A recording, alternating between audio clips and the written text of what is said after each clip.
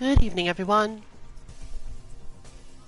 Welcome to another Mish-Mashing Battle Lounge with the 2MK team.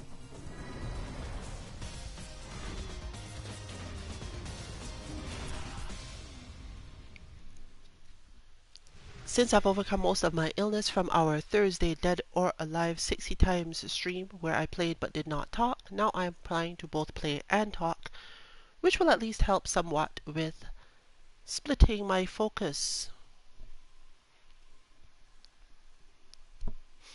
As we've discussed many times, having split focus will at least create more openings. In my case, it causes me to autopilot offense more often, without which it can be a little bit hard for people to find openings and lead to an experience that is not as easy to understand or watch on stream.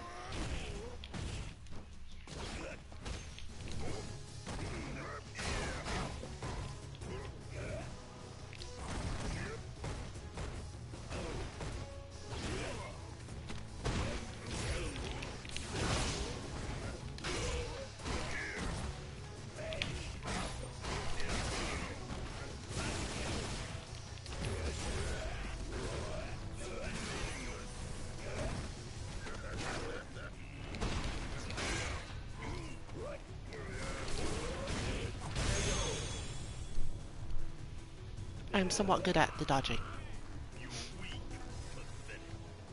Today we're not talking about anything in particular. Most likely whatever we do talk about is going to be emergent from the fact that I am playing. And the changes in mindsets and flows that this causes for most people.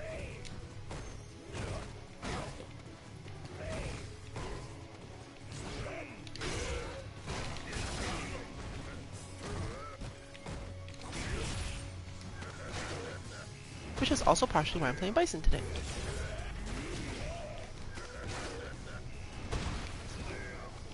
This is a character I only practice against one person at the moment, but you might be able to see some stuff happen in that matchup too.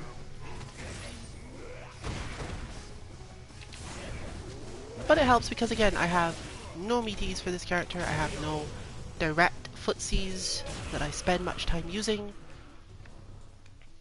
This is almost all going to be dodging and analysis of other players. This is helpful somewhat because players can then go, well, the reason I'm losing, if they lose, because generally you can't say they will. If I'm losing, it's probably because I'm doing something that can be evaded or isn't a great idea.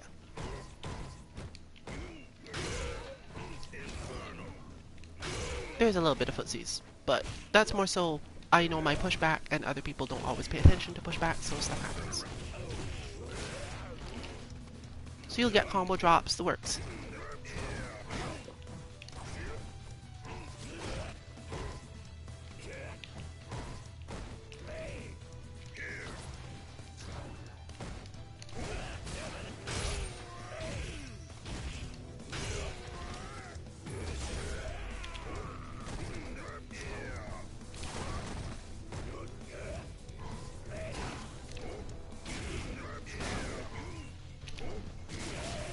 Go.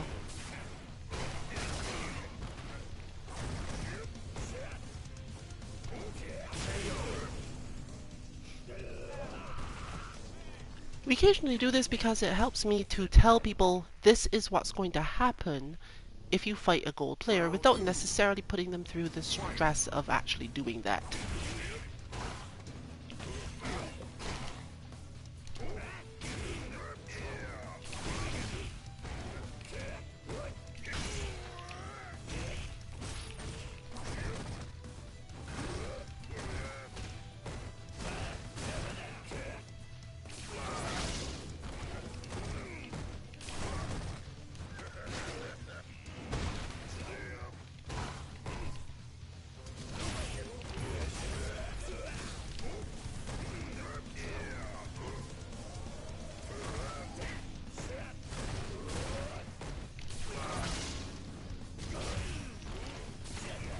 For example, I can now tell my opponent most of what you did here were bad ideas. But I don't have to because Cosmic Wolf understands the level of autopilot that happens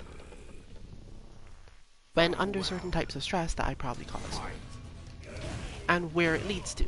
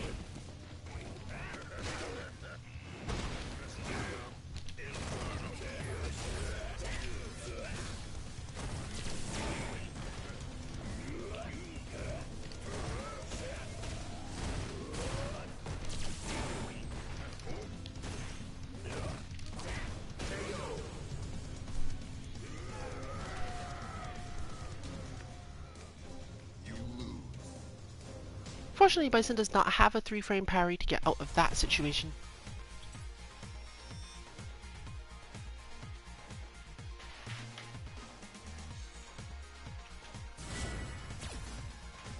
But this also is caused by the fact that sometimes, in order to win, our Nikali does basically listen to what's going on, get the feel for what's happening. And one of my specialties in this game is being invisible, difficult to hear, etc. But not always. That is a good example of it happening correctly. The problem is that, as we've discussed before, this causes a very defensive playstyle over time.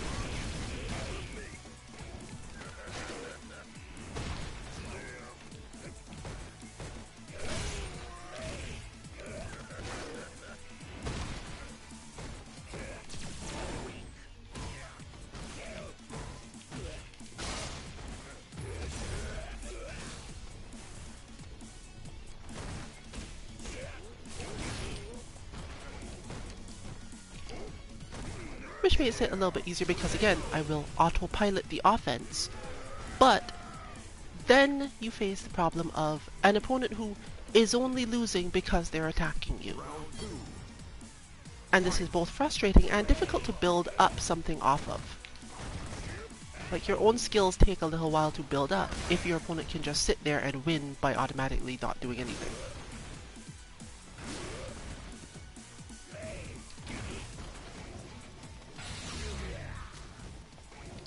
Or by prioritizing defending themselves instead of dealing with anything you can do.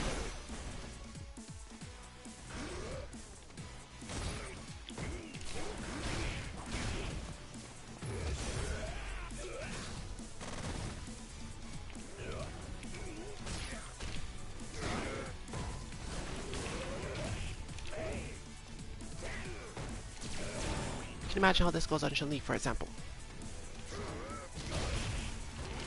But I did eventually attack, because thankfully I do eventually attack.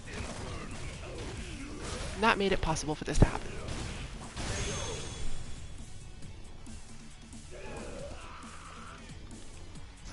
This is useful for me as well, because this sort of match really underscores how much I lose almost entirely because I am attacking in certain situations.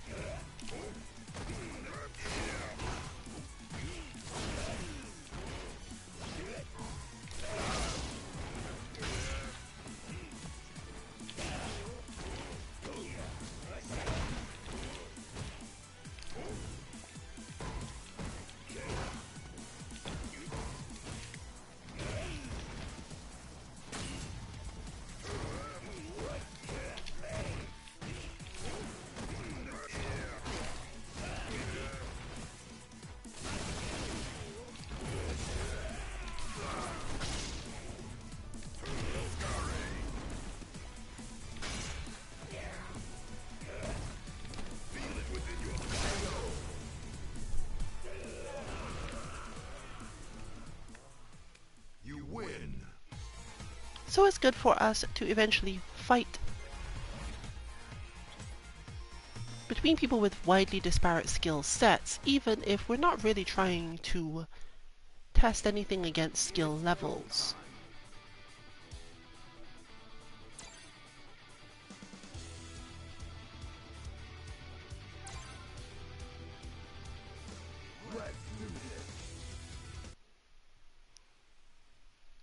Here we have an opponent and a character that I'm very familiar with separately.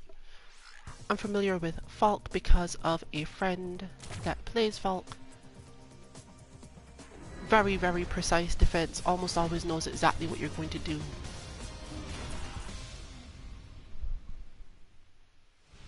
Extremely good zoning sense, etc. And I'm familiar with the player that we're facing now with similar skills, but more so heavy on the defense and knowing how to do big damage side of things. Little less known for the perfect reactions, but still up there. This is another situation, therefore, where I'm not really expecting a lot of attacking to happen from the opponent in a way that isn't going to immediately do damage. I'm not probably going to be thinking through a bunch of specifics of how to get through an offense sequence from my opponent. I'm thinking about how to get my damage and move without actually getting my opponent to punish me for doing so.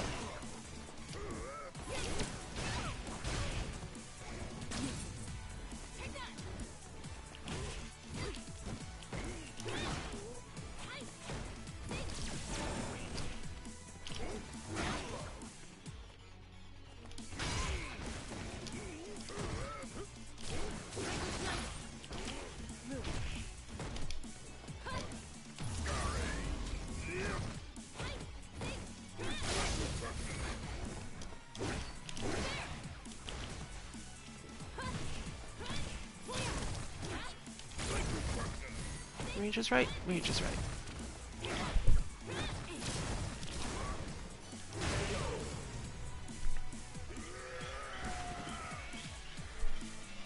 So you can see that most of my damage here gets taken from jumping. And this means that I really should fight this match differently. As I said, I should just not do a lot of things. However, my opponent now has enough meter to make that fair, so I'm going to do that only now. She's good at conversion, she's good at the damage. But in terms of analysis, this isn't going to affect or demoralize me, because I know this player works this way. I know that their concept of how to fight with most characters is to do a ton of damage when they have the resources for it. And I'm not too worried about this because that's how they play. In fact, they're most vulnerable at this time, technically, because this is the time they're most likely to try to convert and actually play offense. They've got enough meter to actually do it. It's too difficult, especially on Falk, to, without the reactions that my other trading partner has, to convert that damage, to convert that meter into damage just flatly on defense. She doesn't really combo that well into super. She doesn't have a lot of combos that work well from her anti-airs and similar, so it doesn't come up.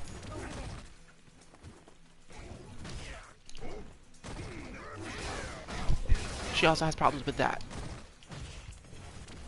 So the correct thing to do now, if I wanted to win, is back off a lot. But given the next opponent isn't one of our team, it's not going to help a lot, so I don't really care.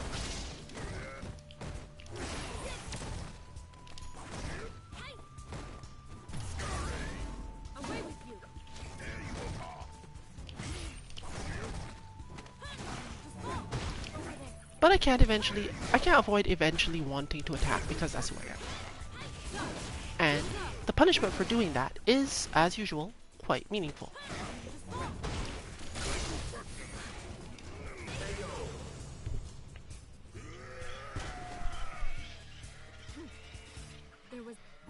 If you've watched our streams, you actually know that this can be hard on this player because people who don't attack them don't often give them much opportunity for anything.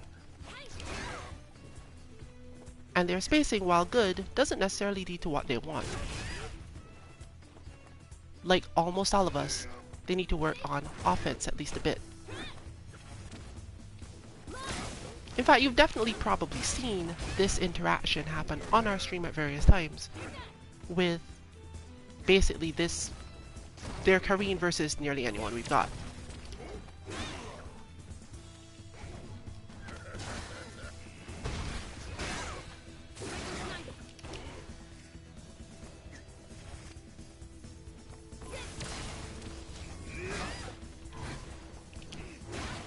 should probably learn the combo from that.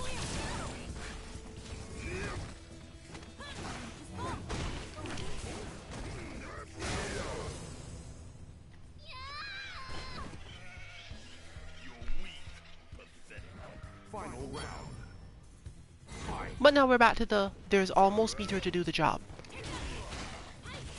There we go.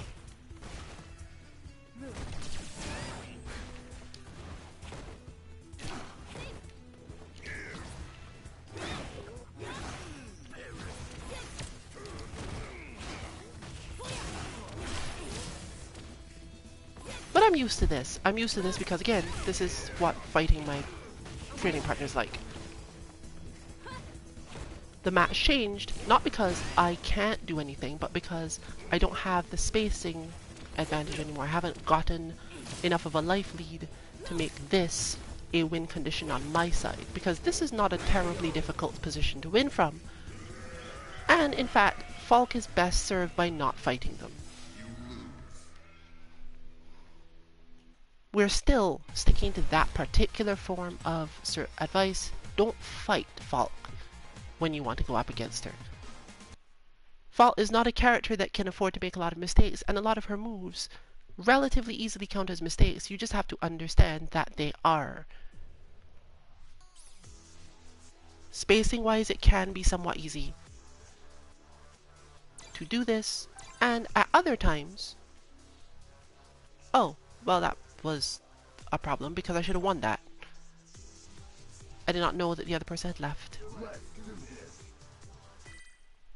Anyway, in general, Akuma finds this really hard because Akuma's movements and ways of getting damage are among the ones that Falk can actually avoid, unlike nearly every other character. What Akuma often needs in this matchup, however, is to be really, really bored and spend a lot of time focusing on the very precise spacings of max range, max height, air fireball. So, Santier is probably going to be working on that. It's not exactly going to be heart-stopping action, but Falk, while she does have specific responses to air fireball, it doesn't work if you alternate between jumping and doing it at the height of your demon flip. So you can fight her from fairly far away, or rather not fight at all. However, playing regular combat against this character is going to lead to what you just saw from me. You can't actually do much of anything. She is a zoner. She is a mid-range zoner in some cases, but can be played so far out that it doesn't even matter.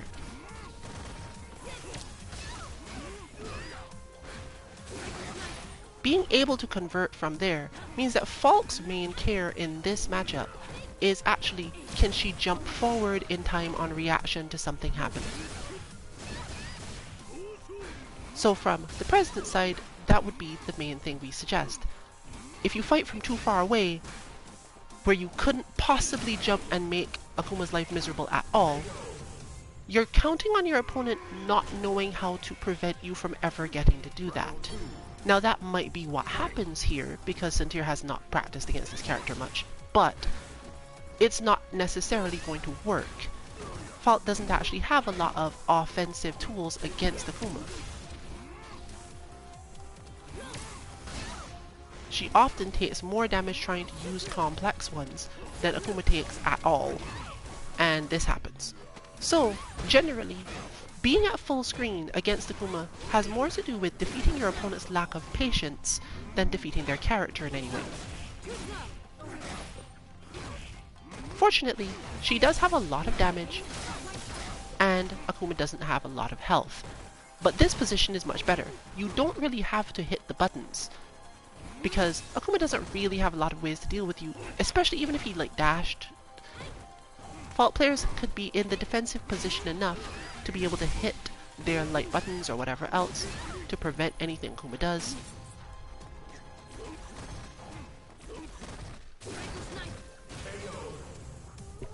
But this is a lot closer to a match that would cause people to have advances in skill right now, both sides.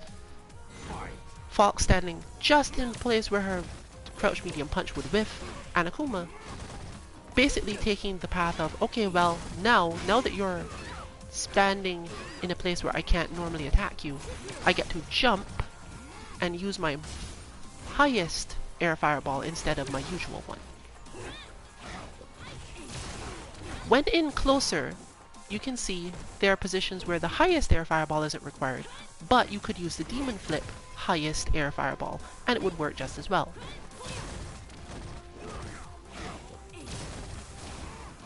Another good option on both sides is to use their V reversal to get out of situations rather than try to go for V trigger.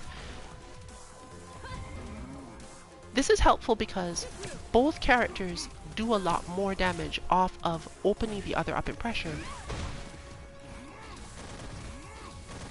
And since so much more of the match is just neutral, you want to stay there. If you feel as if you had any advantage at all in neutral or just want to get back to it, the V reversal will get you there, and then you don't have to worry about this stuff anymore. Whereas, especially with this V trigger, Falk isn't likely to actually gain anything on Akuma at any point. The amount of emotional effort required to beat this tactic from Akuma involves learning all of Akuma's jump ranges, all of Akuma's fireball heights, learning not to respond to a ton of things, hoping Akuma makes mistakes at close range, having your throw attack on point. There's this giant mental stack that comes up just by Akuma using this fireball in this timing. And from Akuma's side, there's no such stack. Akuma's stack entirely comes with, how do I get out of these weird situations that this character puts me in after I've made a mistake, which is resolved by the V reversal. Falk too, therefore, can use certain things about V reversal timings in similar ways, because Akuma will eventually get close and sometimes miss certain aspects of it.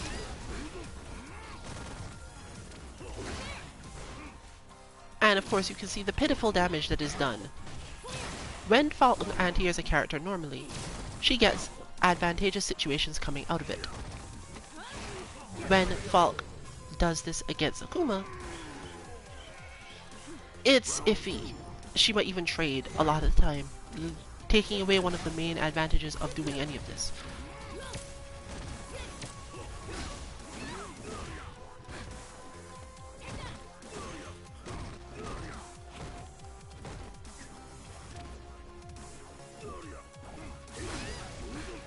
But as you can see, this is a lot easier to do when you have full meter because you can just use Falk Super to get out of the situation and actually change it, but this again involves being really ready in certain situations. Fortunately, the wake up doesn't exactly hurt.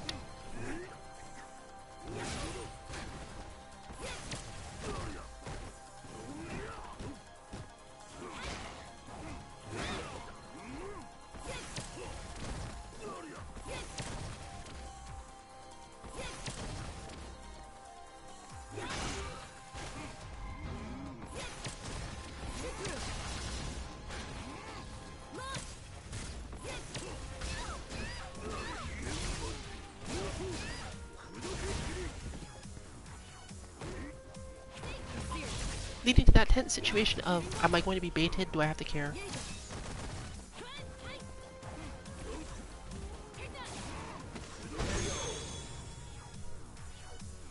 But that, you can see, is mental stack problems. That move is not really that hard to respond to, but if you force the Falk player into thinking, okay, I need to finish this, there needs to be some offense here, then it's more likely you'll get to pull those off. Knowing those timings is important. And of course, as you get higher and higher into the game with stronger and stronger opponents, building up the stack is harder and harder, so you're not going to get away with it even then. But don't start getting discouraged by this, thinking, well, this is pointless, my tactics stopped working, people don't get caught in anything I do anymore. That's because you haven't learned to put enough pressure on their minds yet, not because it doesn't ever do anything. Yes, a lot of the stuff we do in this game are almost always technically reactable. Falk wins. Even the things that people call the dirtiest mix-ups, if you've watched commentary, are usually a matter of I either don't know how to stop this yet and could easily learn it, or my mind is so full of all of the other things I was trying to hold on to that you have squashed my ability to think by doing this mix-up that I only see once every blue moon because no one plays your character and this situation doesn't come up, and who even uses their V-trigger like that anyway? Those situations cause people to have to do those things, and then you will get some advantage.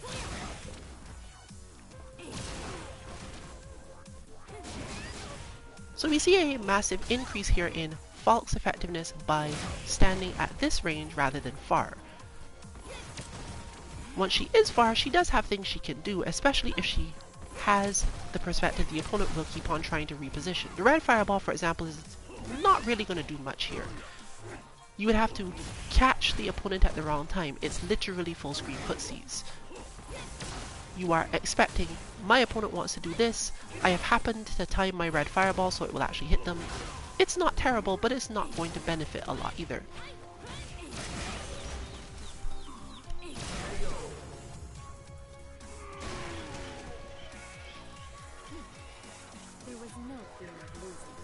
Akuma's often best option is to jump anyway and then throw it, by which time you might as well do something else.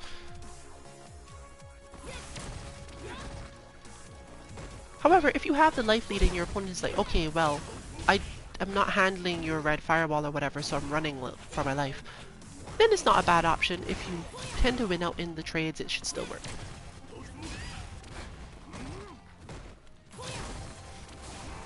Another good thing you can see here for Falk's side is that Akuma really doesn't have a way to get to Falk to cause a throw mix-up at this range. Basically any interaction, at best, even on meaties, will lead to just throwing out a punch that she will block, and nothing else.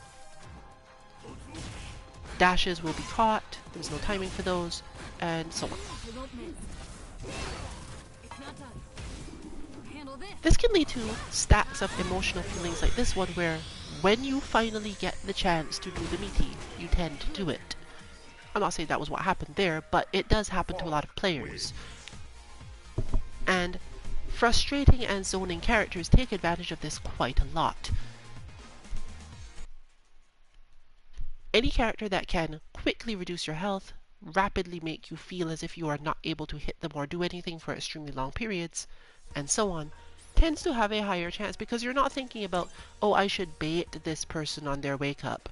Or sometimes you don't even have the option because whatever they use on their wake up isn't necessarily that great. You can't afford to get in close, be wrong about it, and then try with their 3-frame jab or even 4-frame because you decided to bait. They just hit a plus move at minimum range, and characters like this, interestingly, often have at least one good pressure string. One good usage of that is if they don't have a good tick throw, or if you accept the opponent is not thinking about that tick throw, you can use your own V-reversal offensively. And that will get you through, not only get you through, but depending on how much benefit you get from cornering them and what exactly your V-reversal does, you might be able to get some benefits. Rashid, Colleen, Manat, this isn't going to get them very far, but the majority of the cast has a strike V-reversal, often with a knockdown, sometimes with a really good knockdown. Mika, fortunately, can really play this match completely standardly. She can avoid nearly everything Falk does, which means we should focus on how Falk can make this situation better, because Mika doesn't really have to care. Mika will just do Mika things, and Falk should deal with more so how she's going to get through the situation. Because Falk is actually fairly limited in how low she can do her shot, and Mika has a lot of ways around this shot, one of her better options in this matchup is actually standing shot. Mika can go through this, but tends to have more strain, and because the move hits multiple times, there's a lot of things Mika can't actually do about it. Standing shot is, interestingly, a reasonably good footsie tool, as is her stand medium kick. In fact, all of Fault standing kicks help in this matchup, but the stand medium kick is the easiest one to do anything with.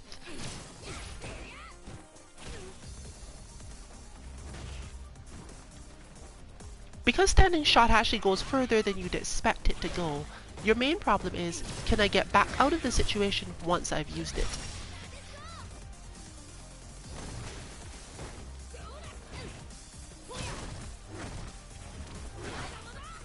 For those of you who are not familiar, standing shot at the right range lets Falk always hit a button afterward.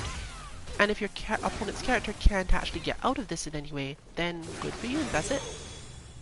You just get to keep doing this until they're out of range, and they took some chip damage and you weren't in any danger. Because that shot goes one up direction as well as everything else, you can't jump out of it the way you can jump out of a lot of other people's fireballs. And dashing through it almost always lets Fault get the backdash unless your character is really weird. So she can just use this whenever she feels the need to, and the opponent being on guard for it means that it's easier to play footsies. The difficulty is the V reversal, but you can hold a button after the V reversal to get it too.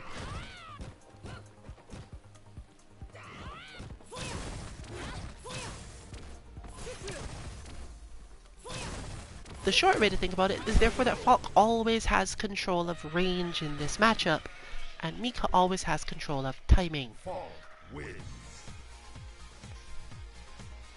Understanding how to take advantage of that from either side is what leads to good matches, and also leads to a lot of thinking.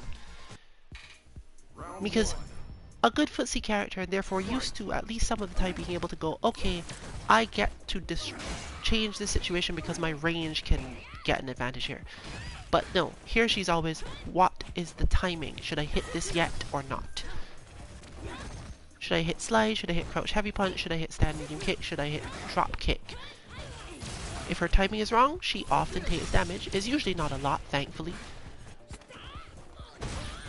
But getting close is hard. Using footsie style spacing is hard. It's almost always, is it my turn? And you're doing this from neutral. Fortunately for Just Fine, she's used to doing this from Unist and has been training on it partially recently. Because this is honestly just like fighting Carmine. It's like, okay, there's stuff going on all over the place. I only have like 2 gaps, and I have to pick correctly which button to hit in these gaps to approach.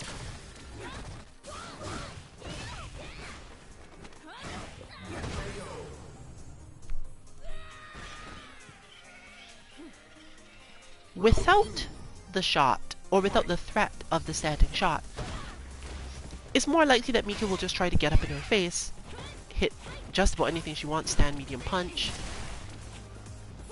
stand medium kick, Lady Mika. All of these things become better options without the shot being there to worry about.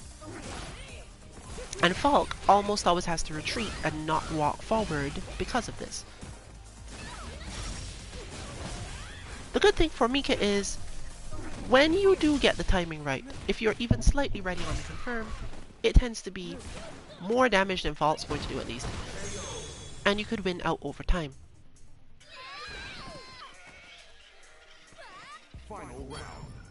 But it still doesn't feel much like fighting. This is a lot more of a rhythm game experience from Mika's side. You spend a lot of time watching your opponent's rhythm rather than thinking about how to play offense itself. She's going to defend nearly everything you do, and she's probably going to defend it correctly the more and more skilled the Fault player is. So you set up the beat yourself, and once you have found the right one, you make your attacks.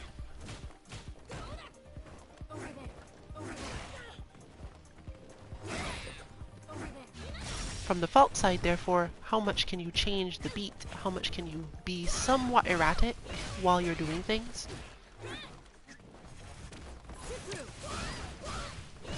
Those are the things that are going to take you where you need to go.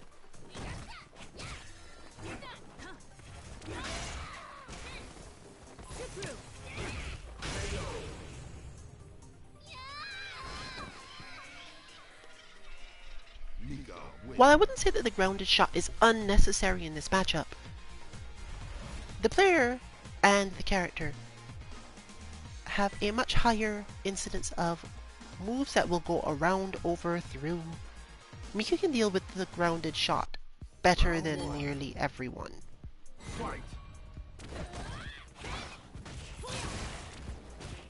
And despite what it would seem if you're not too familiar with Shooting Peach actually goes really far. Heavy Shooting Peach goes surprisingly far if you were not familiar with the move, and worse yet, it's kind of hard to punish if she hits with it at max range. Nearly no character in the game lets her do this, but Falk is the character.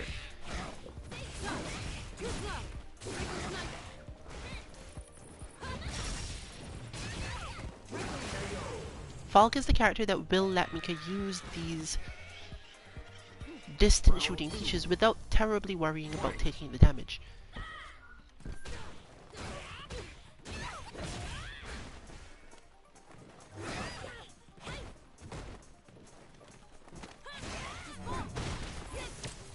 Fortunately, that brings us to the last part of Falk's stronger game plans. This character gets to jump probably more than anyone in this game. Like, just jump for free.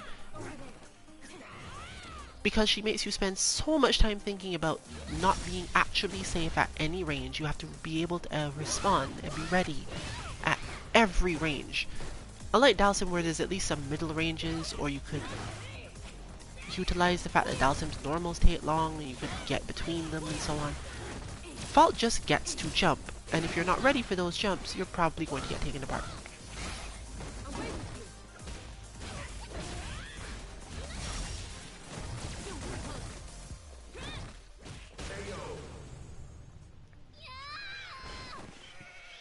Because she does a lot of damage off jumps.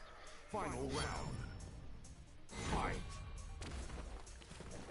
Characters without invincible uppercut style moves, particularly easy to execute ones, have a lot of trouble with her because she also has good cross-ups. So you can't actually be sure how far Falk wants to go when she's jumping, and because she has so many moves that make her footing deceptive, let's say, you can't be sure where she's standing just before she jumps either. If you're more familiar with other games, the situation has a lot in common with trying to deal with one of those setup characters from, let's call them anime games, who their setups are based on you not being able to see where they were when they started because you had to concentrate on something else they were doing. But there's the jump. Is it reached? No. Because again, Falk, deceptive, you can't actually decide, well, she's in range now, because she extends so much and leans so much into her attacks that you can't actually grab or deal with her.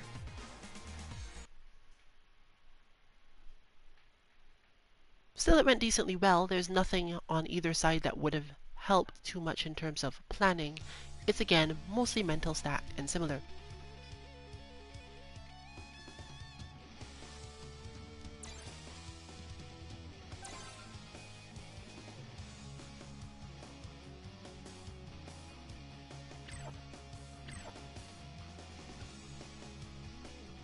Now we get to see this from the perspective of both Necalli. Necalli's V skill against most Falk players does nothing. It's generally better to pick the one that will give you the better combos and conversions if you manage to land anything, and help you build up more V meter. But you don't necessarily even want the V meter in hopes of getting to V trigger. It could help, but Falk suppresses a lot of things. Suppresses the V cancel situation, suppresses the movement speed bonuses that you get. And as far as we remember, she doesn't even respect your disguidance all of the time. Occasionally she does, not always though. The shot has different properties. The main thing you'd want to be able to do as Necalli, therefore, is set up your dashes.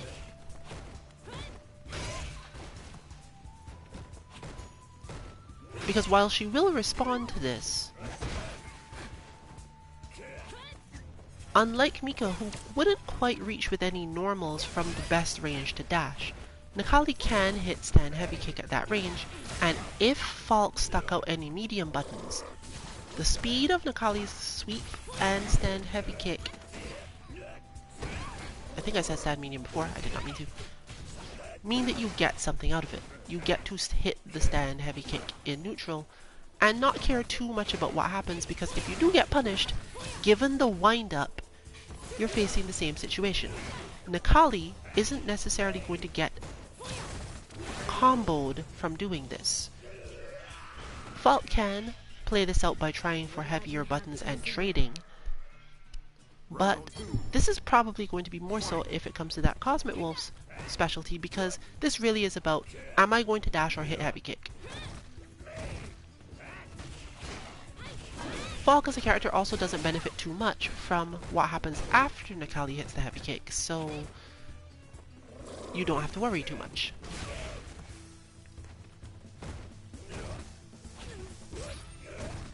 This works well from the Wolf side because being able to see the lull where you can just do Crawling Beast and get away with it helps again, because Falk extends her attack, her hurt boxes, and so on. And while most normals will not manage to get her by the time she's gotten there, Crawling Beast will get through and manage to almost always clip her before her move finishes. At long ranges, this is difficult to deal with. There you see the Falk bot training coming into play. But looking for that lull moment where, okay, I'm ready, but I'm releasing this now.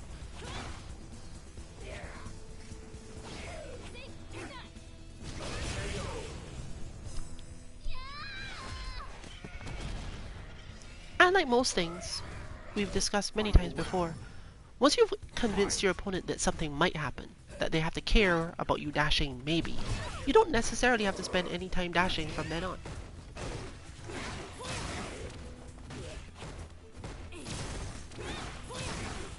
If anything, therefore, for Nakali to improve at this, given that the main strategy is relatively easy to do, it's a matter of stand here, hit this kick, or dash. And if you think that Falk will miss, you can try Crawling Beast. If you have the other skill, you might want to jump instead occasionally, or back off a little bit more.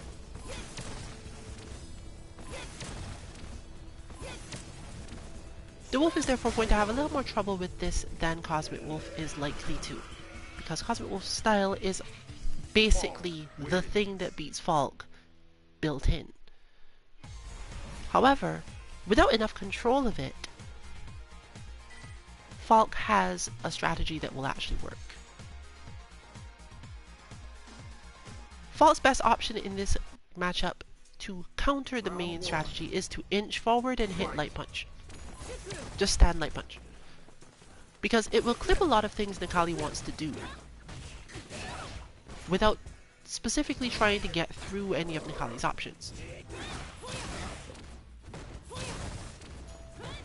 Medium kick is also, as you're seeing here, a good method, but the medium kick has the tendency to run into problems.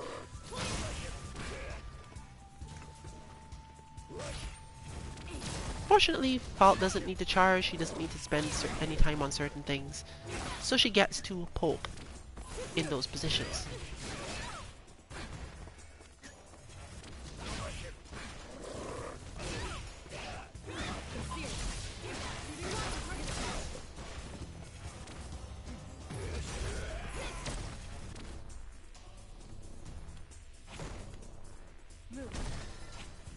This is a rougher situation. That would be mainly why. The gaps between Falk's moves. Normally, people's heavy buttons are not long enough to actually make any difference here, but Nakali has that sweep, and it can cause her a lot of problems. At least with Chun-Li's back heavy punch, she won't reach. Cammy's heavy punch, again, won't reach. Nakali, you have to care. But Falk damage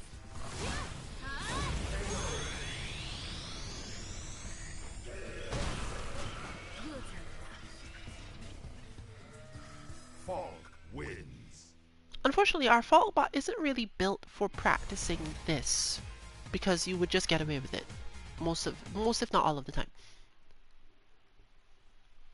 We probably need to eventually design a second fault bot, because our bots are mostly designed for getting people to the mid-silver level where they can start to think about things on their own way. But it looks like we're not actually going to see the Cosmic Wolf versus Vault 46 President match, and are moving on to Manat. Thankfully, this is similar enough that a lot of the same things are going to apply. In fact, our general approach to Manat on all characters is just get into position to hit your longest range normal, and then don't always hit it. This is mainly because while most Manat players have extreme control of their own spacing and will always just adjust themselves, if you got normals good enough for the purpose, this slowly causes Manat to back off. And you have to be very patient about this because you spend a lot of time in this match taking white damage, taking chip damage.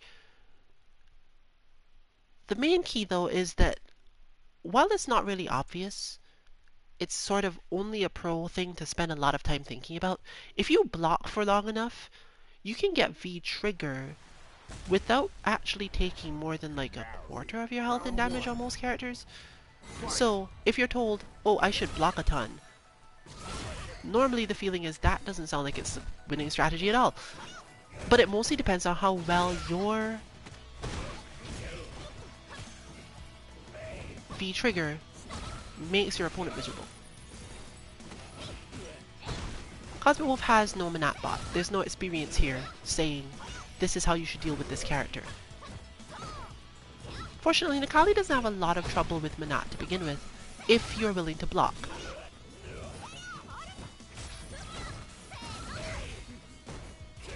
And if you block enough, your opponent's positioning for the orb will allow you to jump, as you've just seen.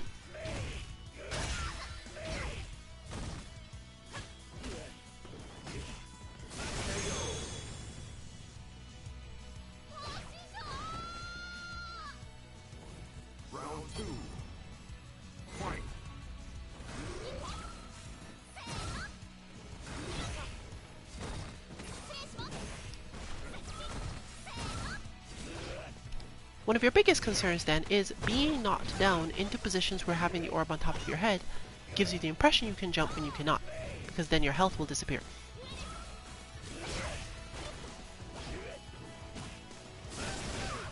But you can see, Necalli has tools for this, at least for the sort of Manat that isn't trying to make you use them so she can punish them or mess you up.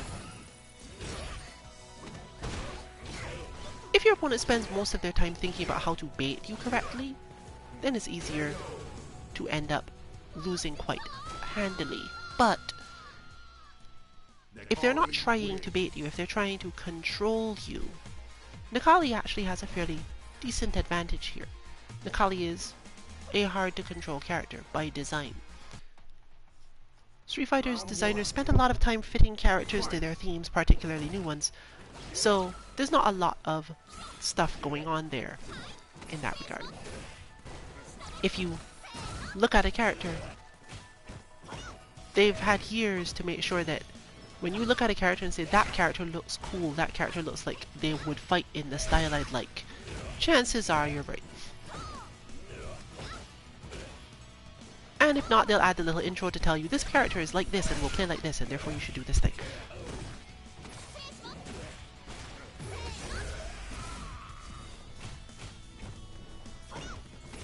So there's the next benefit. Necalli's dash changes in ways that are very helpful in this matchup once V-trigger is active. Now Manat can change mindset to I'm hitting a lot more normals now. I'm not going to let you get close to me because bad things will happen. And that poking way of doing things does work, absolutely.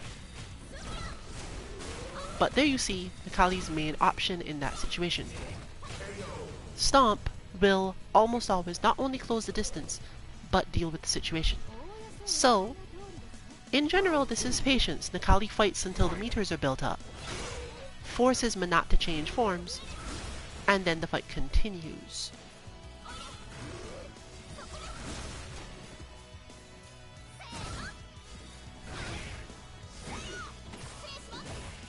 I'm not sure if those were input errors.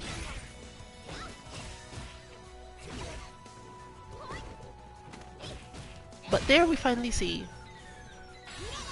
Menat's strongest option in most forms of this matchup.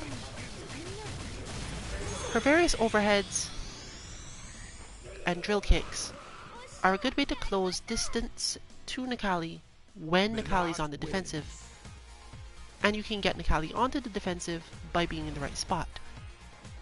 Those attacks tend to work from that spot, so it's a good way to mix it all up. You don't have to try to control this character if you can move around most of the things he's trying to do. Round one. Fight.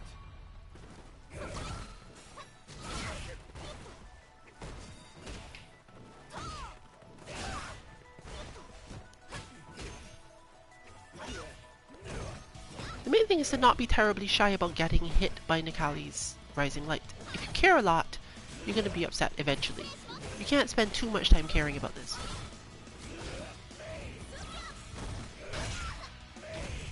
Because if you've gotten your opponent to consistently think on that move, especially with Menat's various ways of dealing with situations and crossing up,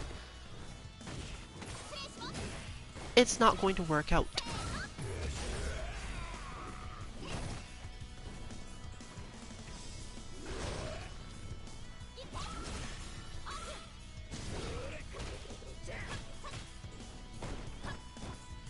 Once Necalli is in V-trigger, the patience isn't usually as required, but you still need some of it because orb positioning becomes more important from Menat's side.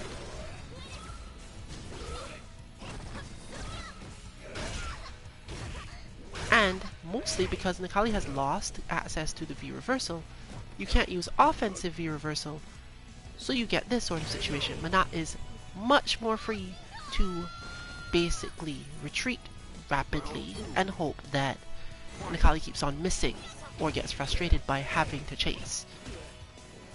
Whereas in a lot of other situations, the offensive V-reversal would give you at least a basic start of an advantageous situation on a knockdown or similar. Once you no longer have it, you're relying on motion that, while difficult to deal with in normal sense, Menat is probably best equipped to deal with.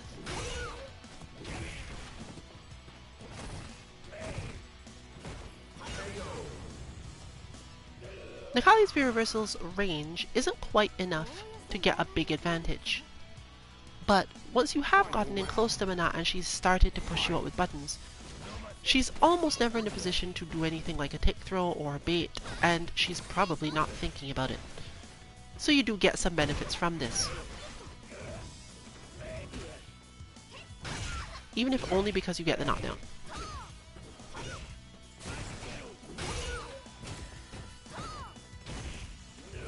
Unfortunately, if you're in the wrong position, Menat will just hit 2 lights and then a medium, and you will no longer be in range for the V-reversal to actually do anything.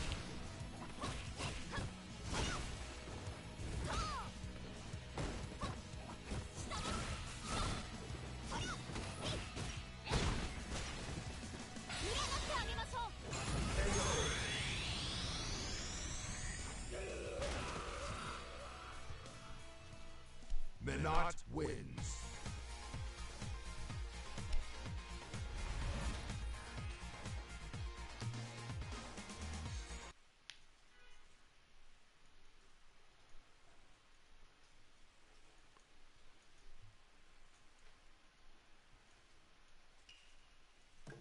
It's go time.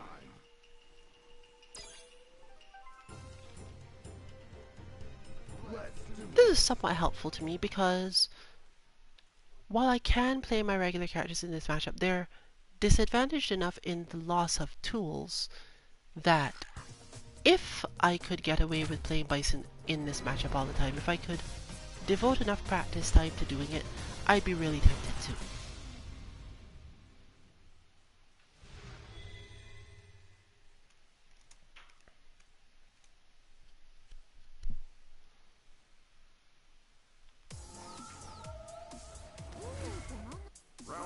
Because Bison's parry only works high, there's a lot of use of a specific tool that isn't necessarily the best sense. That being, how do I manage to time it correctly so I don't die, and why is it this laggy, while still using the Inferno.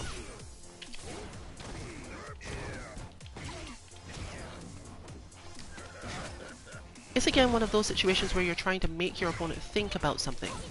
The thing you're getting from using the Inferno is not, this is a good idea as a whole, but Manat doesn't punish me that much for using this, and therefore I get to do certain things. There's certain things that have to be thought about as a result of this.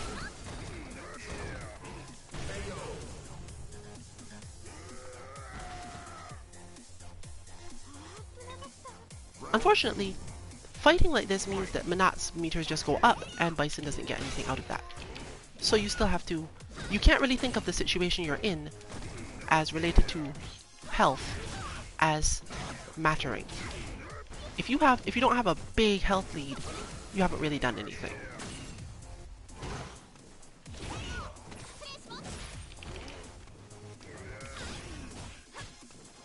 And I think I used Hell Warp, which is the wrong V skill for this whole thing. Despite the fact that generally the parry only works, I think I even started talking about it too. The parry only really works against one or two things Manat does. You really want it against her jump, because while you are playing out the rest of this, even if you could anti-air with the crouch heavy punch, she will start to get you into this and take advantage of it later by crossing you up, or just using the drill at times that makes it annoying. Unfortunately, I can't change it now, so the only requirement here, honestly, is that I use the V skill in response to the jump much earlier. But if you had the much earlier option, you would have just anti-aired.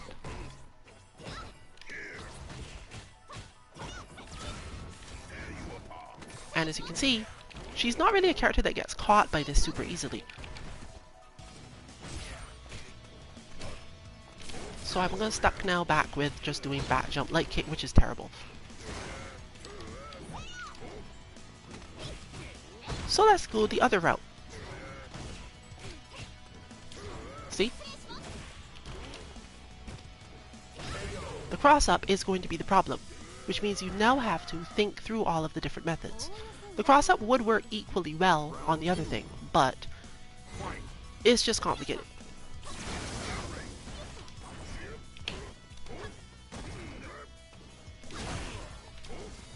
So this is going to be mostly an anti-air timing match, anti-air spacing match. And I hate those. Not because I'm bad at the anti-airs themselves. In fact, this is just a Chun-Li thing I spend a lot of time doing. Because it's mainly for Bison, it takes too much energy. Literally.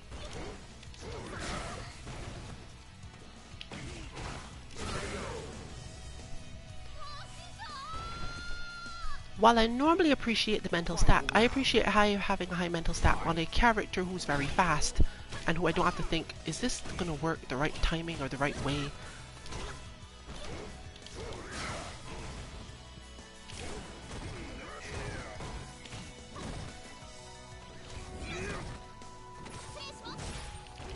Kind of a pain. And then I have to do that, which I hate doing. Having to remember, oh wait, I can't use the meter because I need this thing for it, and this thing for it, and this thing for it. Fortunately, you get this option at least. Aw, killed my own punish.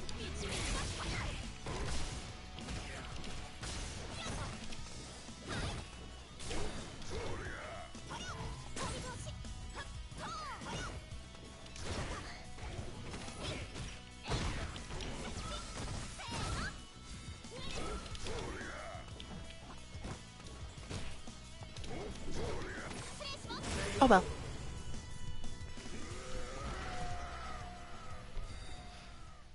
You lose.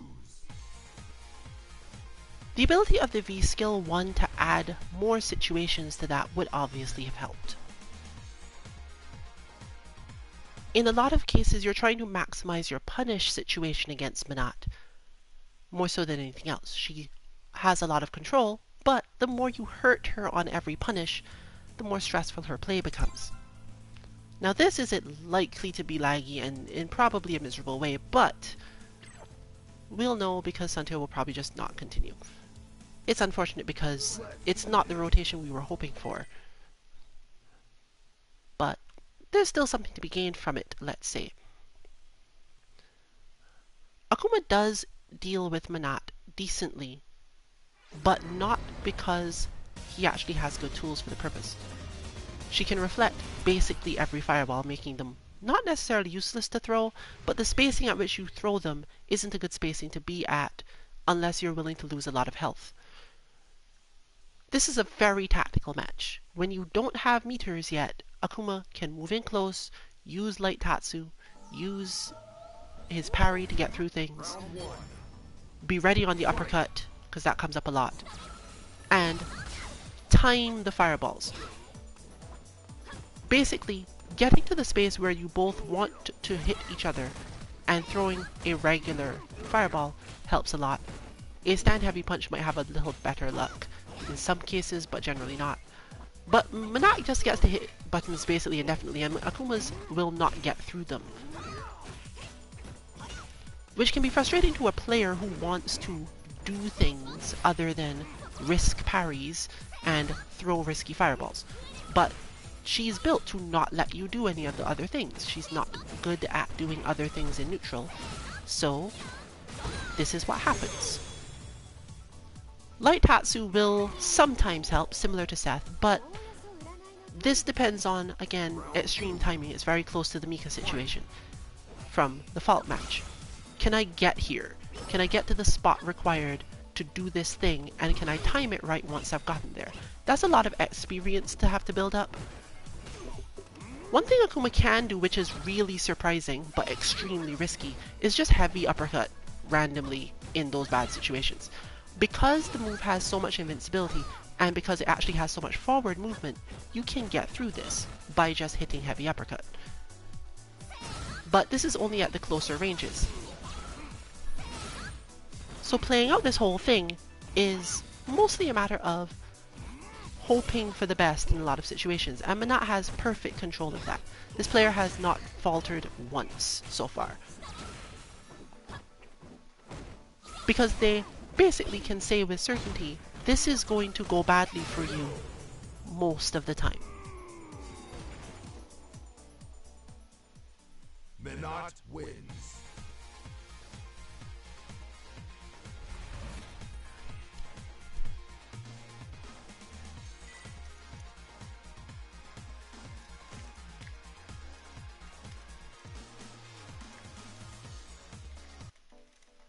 Round one. Fight!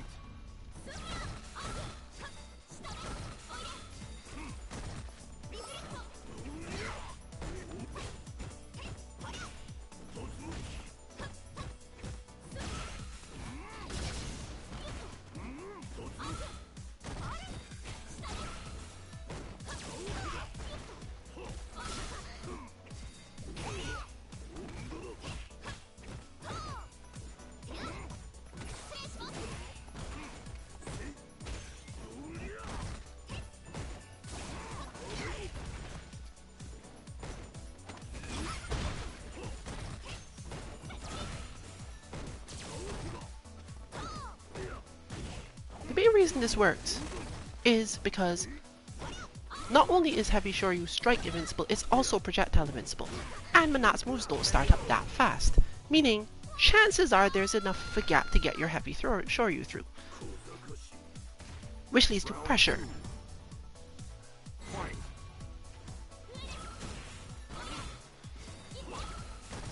But again, then you're looking at, well, do I really want to deal with this? Do I really want to deal with the potential for being punished for this Heavy Shoryu when my opponent does certain things? The answer is usually yes, you do actually want to just risk that, because if you don't, you'll spend all your time getting your mind stacks on, and that's terrible. You can't win in the form of, well, should I hit my footsie buttons? Because she will never be in range for them. Stand heavy kick works occasionally because your opponent stopped moving.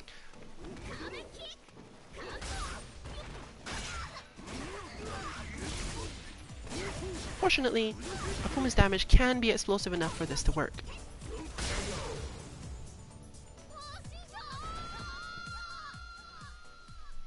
Akuma wins.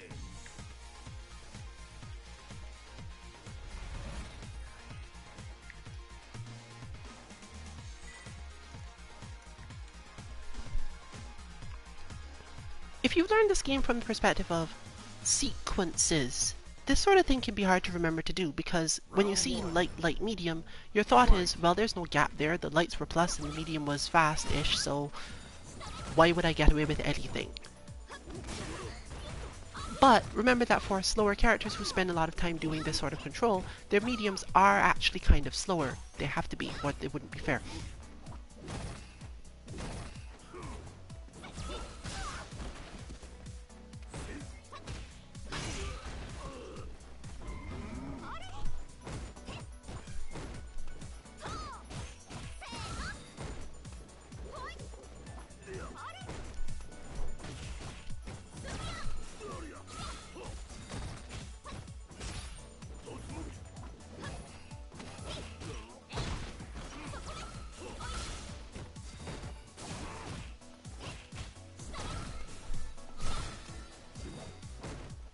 The good thing to consider is that the Heavy Shoryu isn't really supposed to be on its own. It's there as a supplement for all of the other things you actually can do without taking too much damage. It's the thing you do to make me not have to think about it and therefore stay in defensive mode. Preferably a defensive mode that is supposed to not move. Because if you can get her there, it's less likely she'll very quickly react to all the other things. Demon flips, EX demon flips, certain fireball timings, etc. You can get away with a lot more because, again, building up the mental stack as much as you can. So you don't really need to use the move a lot. In fact, if you land it even once, it's often helpful. Getting it blocked once, less helpful. But if you land it, your opponent is there thinking, well, I'm going to punish that the next time you do it, and then you just never do it again.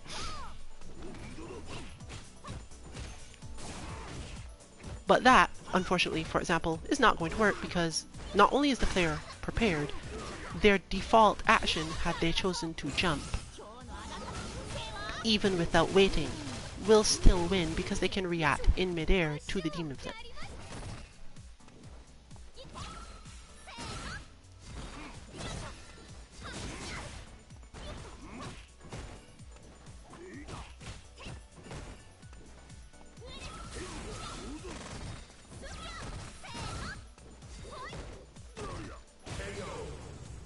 That was almost certainly an input error. An unfortunate one, really. Minot wins.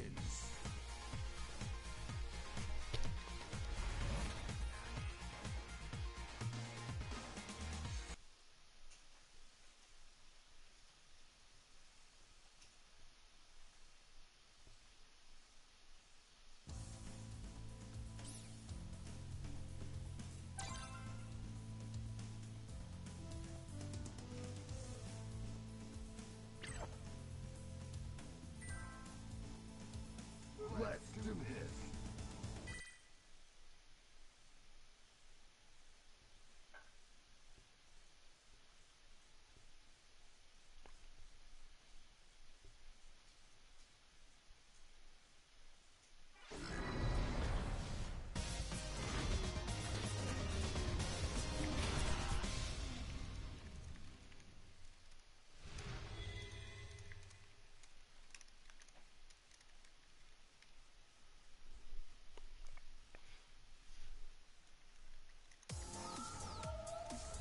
Round one. Fight.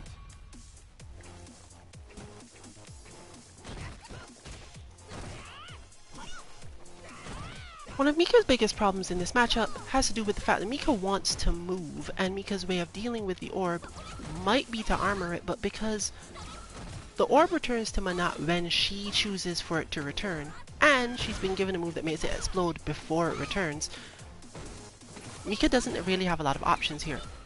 She has to guess when the orb will return and try to get out of the range of its return attack.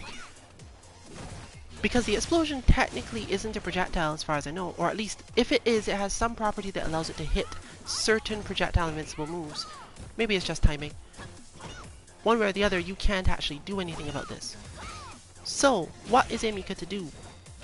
Wingless. A lot. Menat has easy ways to hit you out of wingless. Specifically, she can do jumping like kick and get you. But if she doesn't have the orb with her, and wingless takes you far enough away from the orb, you're not going to get hurt for this. She can't jump, you take minor damage, and she didn't have time to recall the orb anyway. Now, this is actually why not really helpful in the long term, because it just means that you fight a lot of Menat players who don't use the orb against Mika, even though you'd think it would be a really great idea, because they'll just have this happen. But higher level Menat players have good ways of getting punishes in, or good positionings in, based on the wingless airplane being countered, which they've built up over time. At that point, Mika has her own options for this matchup though, so we're not even talking about the same thing at that point. This is still a good stat, a good path up the ladder to learn. When you don't know what else to do in this matchup because there's orbs around, just wingless. Go flying. It does not matter, because the damage you will take for it, especially if you've got enough health, if you were willing to risk anything else, you might as well wingless.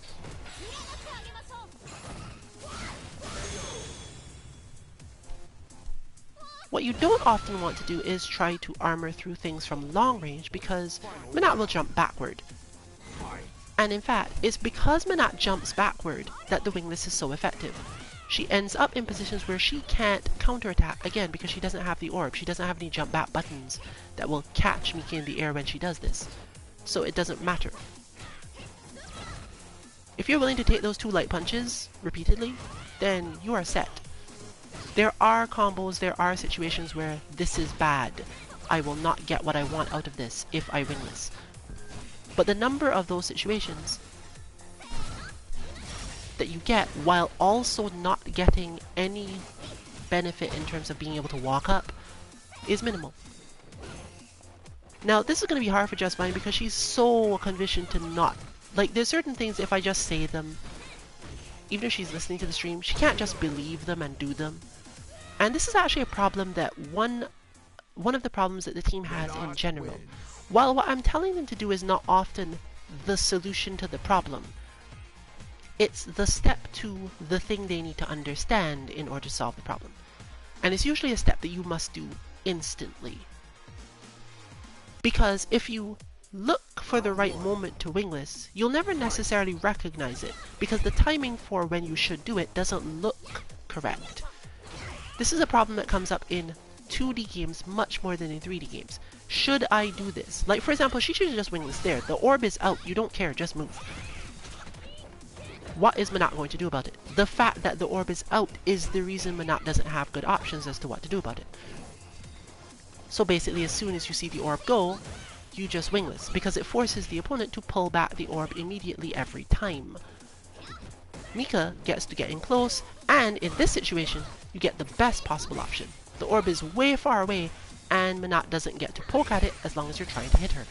She can't call it back to her safely because she'll get hit, the orb will lose its hitbox, and you still won't get hurt by anything. Even that throw is still advantageous to Mika because you're still waiting for the orb to come in from the other side, and she tends to bait those a lot more, but unfortunately drops the punish.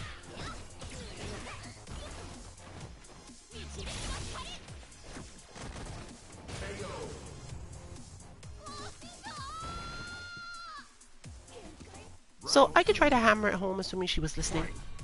Just wingless all the time is fine. You can only learn what I'm talking about by doing it. And that's really important when you're getting help from anyone. When someone is trying to teach you Street Fighter and they tell you, just do this thing. Doesn't matter that it doesn't look like it will work. If you trust your teacher at all, do what they tell you to find out why it doesn't work, and hopefully be surprised at all the times it does work. Because the times when you're surprised by something working is where you build up a lot of your skill in this game. That's what we're usually talking about when we say things like experience can be gained. Because games are always at least a little, let's say, janky in terms of how they'll interact with things. You might think, that can't possibly make any sense. But it does, and it works, and then you're left thinking, why didn't I know this whole time? Someone told you to do it. Unfortunately, we got armor timing, and it's probably not necessarily going to lose the match, but it was going to be annoying. Even better, if you're really fast on it, you can react to her throwing the orb by using the wingless, which is even better.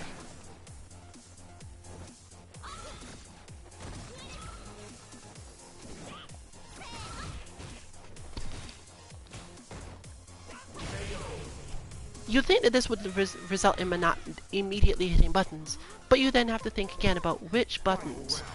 And if you tech her throw, which I think at least some of the time you will be able to do because the throw is slightly shorter in this regard, you will get a benefit from it. Looks like Just Fine's possibly a little frustrated by this one though.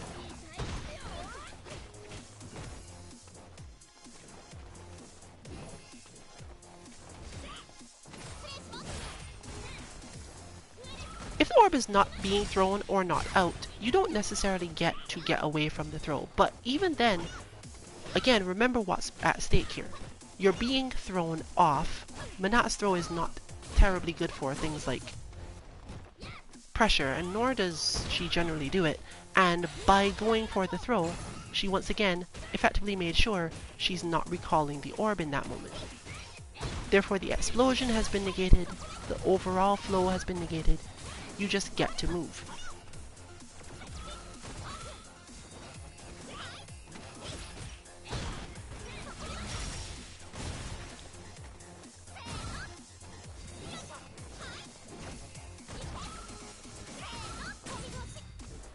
See?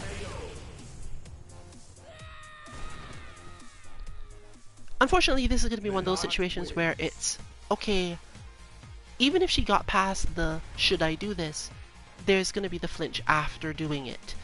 And that's where confidence and experience really shine through. You have to get to the point of thinking, not only is this probably going to work, I have to be calm at the other end of it. And that is where we train bots. However, this can be trained on our Manat bot, which is kind of helpful.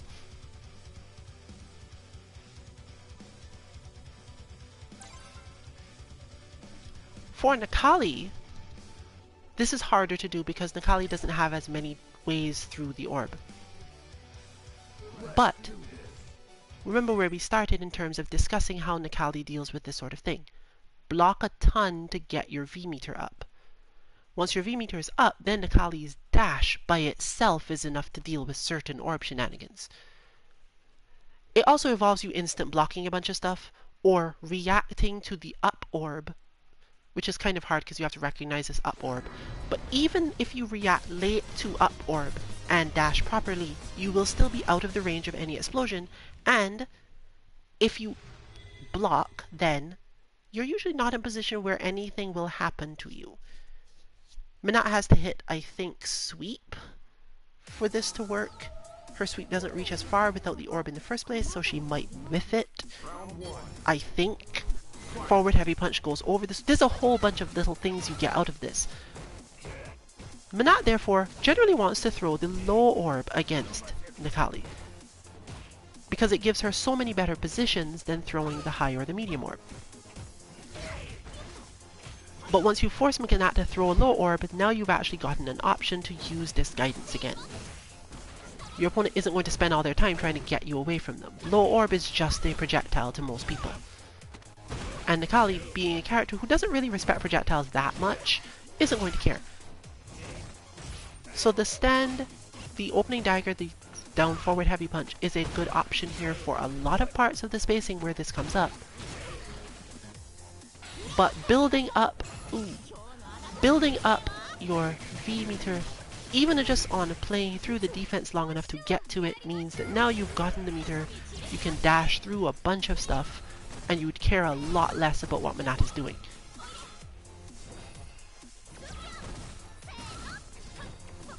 He also has a just perfectly spaced, floaty enough jump, and you can make it floatier if you need to jump over low orb, as you've just seen. So, maneuvering through Manat's actions isn't terribly hard for Necalli. You just need more options when you want to actually get damage, and involves building up a certain amount of meter on both sides to do it. Getting in close and getting your damage that way, she doesn't really allow this so much. You can stomp and try to stomp through certain things. You can use down forward heavy punch and hope for the best. You can use this guidance on reaction to certain things and get closer, but not with the intention of hitting her. You just use the light, whatever will put you in front, because again, the core here is Menat's orb-less damage. Unless she starts combos that will specifically let her recall the orb and hurt you on the way, you're not in a good position. And high orb and medium orb don't generally get back in time to keep her combo going, especially if she had to retreat at all during the interaction. This is one of the hardest things to get used to for this character. She does have combos where if she starts poking you, the orb will come back and hit you and cause a problem. But this depends on how far away the orb is. The further you can make Menat be from the orb, the less her normals mean to you, ever.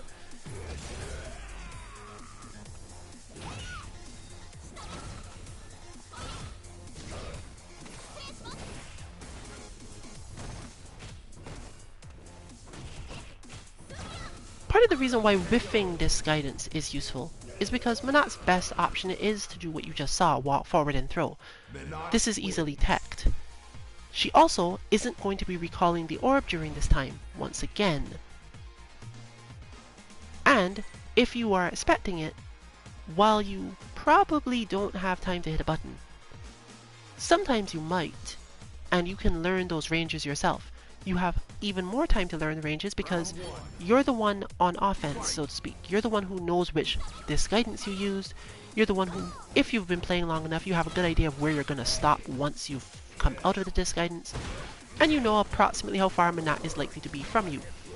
This lets you hit crouch light kick, stand light kick, jump straight up, do all sorts of things.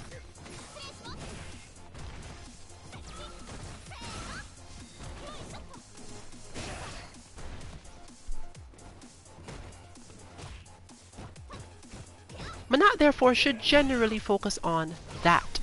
She doesn't really want to have the orb out. There's no benefit in this matchup, but there is a lot of benefit to being able to do back jump heavy kick. Because the threat of the orb going out is much better than the orb.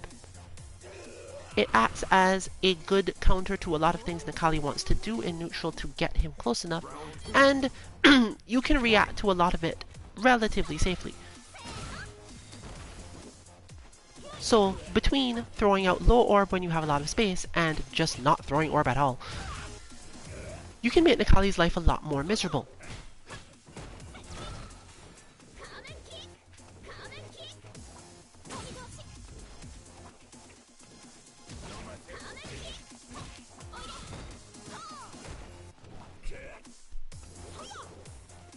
I don't even have anything to advise the wolf side here because this is now fighting a character with long normals. Not Dalsim long, but long. This is much closer to the Chun-Li matchup, I guess, than most things, just with slightly less risk in neutral. This V trigger does help to use as a shield against the orb, but because the orb comes back almost immediately, Menat doesn't care. Plus she can use the reflect as an attack while still stopping the move. Meaning that this shield isn't that good of a shield. Still, it's good to have against certain situations. For example, here the lower orbs are already gone, meaning that it could kind of do the job.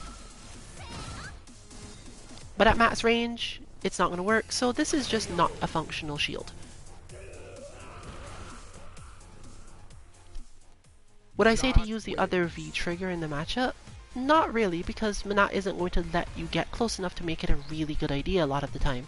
And if she does choose to keep the orb with her, she probably can counter it without you doing any damage ever, really.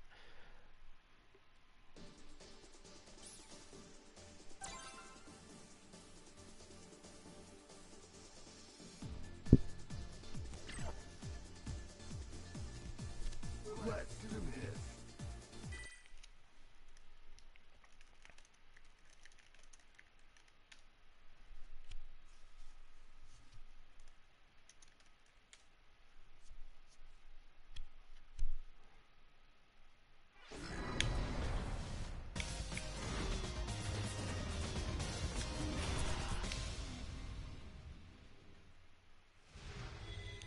Now here's a miserable matchup. Falk has nearly no advantages here. The only advantage Falk has is that it takes forever to not to do any damage.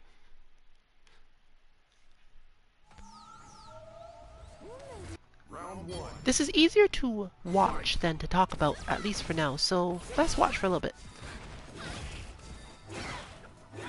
However, this is part of the reason why people consider Falk low tier. This matchup alone is not necessarily, oh, we have to worry a whole lot about Falk versus Menat.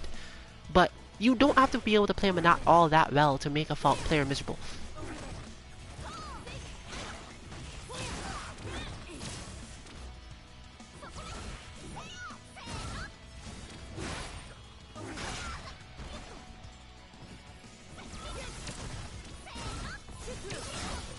Fortunately, our president is on point with the anti-airs, which is one of the core things here. If Menat can jump at you on top of everything else in this matchup, then you just die.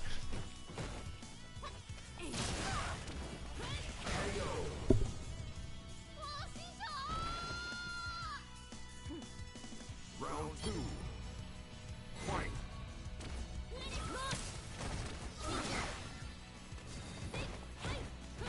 Fortunately, I'm not sure that our Menat player understands the matchup all that well. Anyway, so let's look at it from their side. Medium Orb is probably the best, because once you've thrown out Medium Orb, the timings for doing nearly everything are optimal. You can reflect almost all of Falk's shots. You can make the orb explode because Falk doesn't really attack from positions that you can't hit her with the explosion. You could jump if you wanted to and it'd still be annoying. But High Orb doesn't lead to that much because Falk fights from so far away that Menat's juggle that comes off of using High Orb and actually catching someone doesn't actually catch. Falk wins. So the immediate improvement, let's say, you could make in this matchup is to just discard the usage of the High Orb. Falk is not a character that is usually fighting from a range where you have to worry about her jumping over or avoiding the medium or even the low orb, though you don't really need the low one. And her projectiles don't reach, or you get to reflect them anyway. So the only thing you're getting from High Orb is the ability to fish for some chip damage. And honestly, beyond that, a lot of risk. Because as soon as the orb is away from you, Falk is one of the few characters that can get into range and hit you before it can get back. Even from there. She also gets a lot of benefit from doing the triple shot because it will negate the orb. But again, all of this is contingent on you using the High Orb for some reason. That said, the president is playing perfectly for that situation. If you've realized my opponent is using High Orb, they don't necessarily know what to do here, well then, I'm just going to bully them with my mid-range stuff and not care. Because taking damage from High Orb, while bad, is not crippling.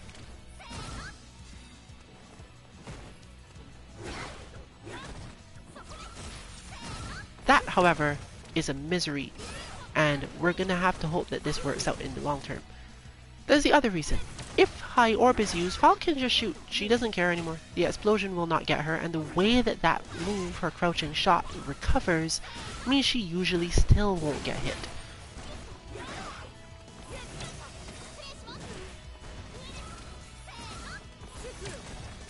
Now that means that this match does turn into a lot of reactions, but in the sense of, could I learn this? The answer is almost always yes. I think you can actually combo super from there, but looks like it was not the choice. And that made it a bit of a run over, in contrast to what I said at the beginning. Wins. But unfortunately, it does not change the situation. This matchup is still fairly dominant for Manat, and that's the way it goes. If you want to work on it, at the moment I think our Manat bot does not do heavy high orb so much that it's actually a problem. So it should be fine. Let's do this.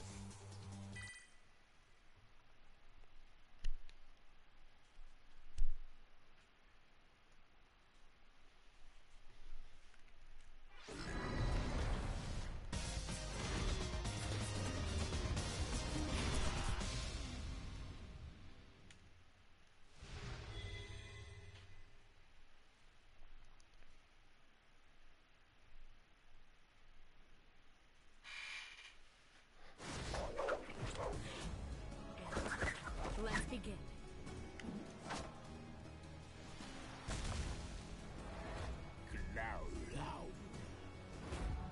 Round one. Fight. Well, with them gone, now we're back to Falk versus Nikali. And we're getting closer to the end of stream, though I feel as if not necessarily to the end of lounge. We might be going a little bit longer today, especially since we don't seem to be particularly laggy today. Internets in general are seemingly doing better.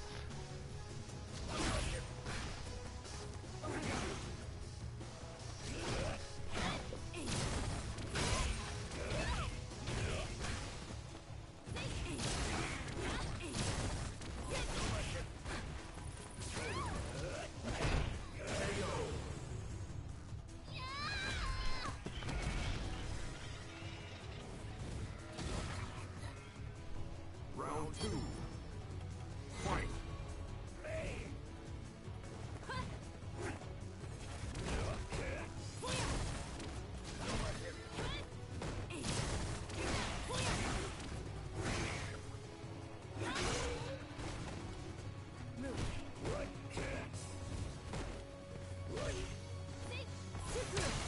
This is another match where Nikali has good options for either stand heavy kick slash dash up. I believe we mentioned this earlier, of course.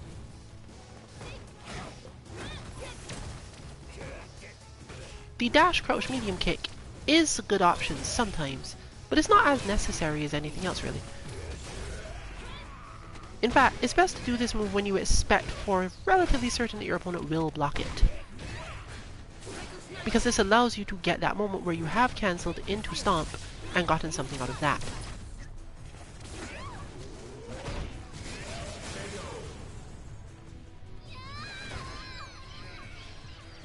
Getting to V-trigger just makes this easier and better.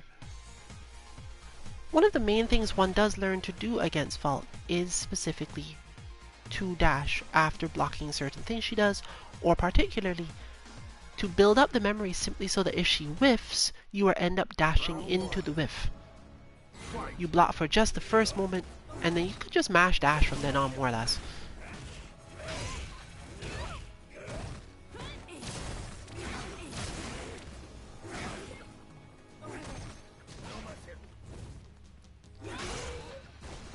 If you were not familiar, and you are a frame data person, that long forward poke that Fault does with the stick is -10. This means that nearly no one can punish it, especially if she spaces it correctly, but you can absolutely get advantage off it in certain scenarios. The reason for that is something that you have to think about very carefully. A move being -10, while it would sound like, well, how am I supposed to dash? A dash is like 16. For some characters it's even slower. The reason you dash is because your opponent's move can't usually reach you before the dash is finished, especially on faster dash characters. Fault can hit a button, but if she doesn't counter hit you, it doesn't harm, and if you don't dash, or if she sticks out buttons because she's expecting you to dash, she's a lot more vulnerable. If you get close enough, the move is actually punishable, And if you're at max range, you don't have to dash. The main thing to understand is because Falk can't just hit a button that could reach you right afterwards, that button would be blocked. You would be able to literally dash in close to her, block it, and probably, because that move will almost always be minus, be at close range advantage. What does this leave Falk's options at? It depends, but just know that you shouldn't necessarily think this is a good idea. It's just you can dash through so many things she wants to do after certain other attacks that you really should consider it as an option.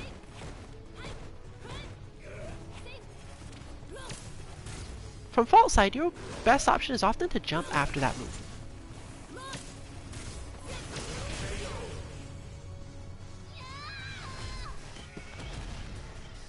Because, unlike nearly every other character, she can change her air trajectory straight down. There are characters who can do head stomp-like things, there are characters who can do dive kick-like things, but I think that Falk is actually the only character in this game that can just be in air and then decide, I am coming down directly right now. Which gives her a lot of options to use jump to get out of situations that no other character would think to use jump in.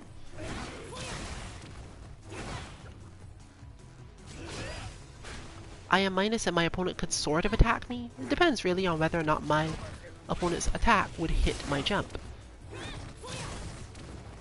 And while this would definitely get you anti-air decently often, a lot of the anti-airs that do big damage do their big damage late into the jump. Hanging in the air at all will help a large number of them to miss. And things like uppercuts that probably won't miss have relatively large damage reductions if you do this, and you're mostly just worried about the fact that you'll get hit by Oki afterward, depending on the character. If you wait kinda long, you can actually get over certain attacks altogether, so it's a good option at least some of the time. I have poked, my opponent might get away with something, I am jumping now. Especially when you think they were going to advance or use some other special attack to close distance instead. This is further helped by if you were really prepared and they move backward in any way, you can use your shot as well.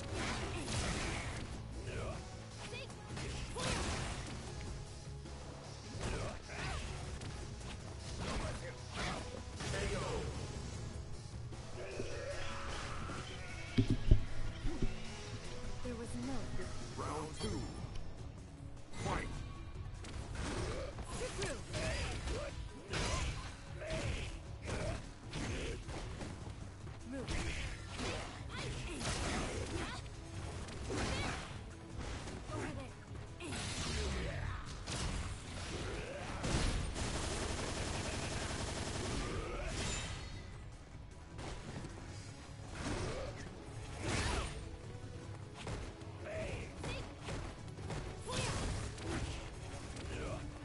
Ooh, a little bit off on that pushback, allowing Cosmo to actually get the counter hit.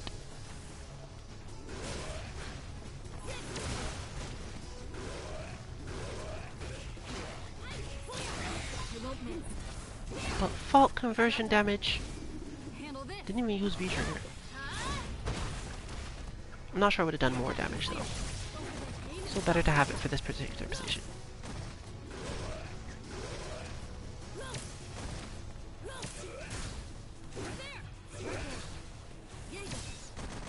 Perfectly done. Didn't work, but it was a very good option in that the opponent could easily have thought that shield would work and the bounce off the ground of the V-trigger shot, having just seen two regular shots, would have resulted in being able to get under and clip for final damage. Still worked out. Double KO in this case is still a victory.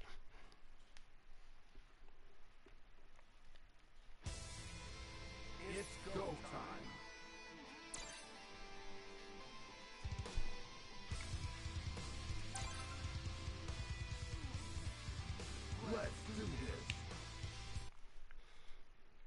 So let's review what we were looking at last time for this. This is definitely more so one of those situations where Bison needs to get the life lead early and do less things.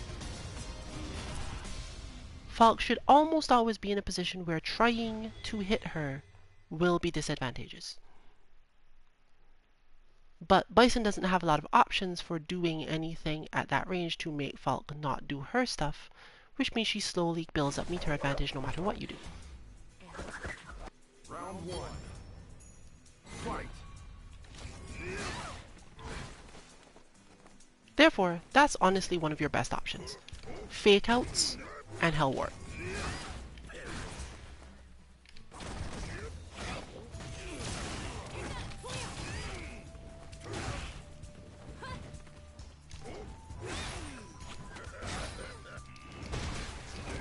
And I know a lot of fake outs.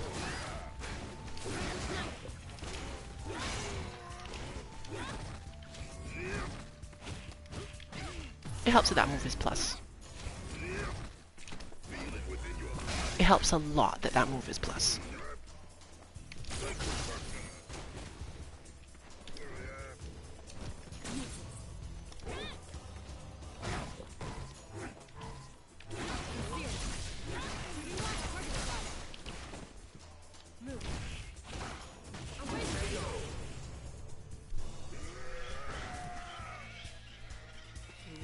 I should have just V-reversaled, but I think I was expecting the throw. Round two. That's what happens when you build up too much, like, tendency to fight one person.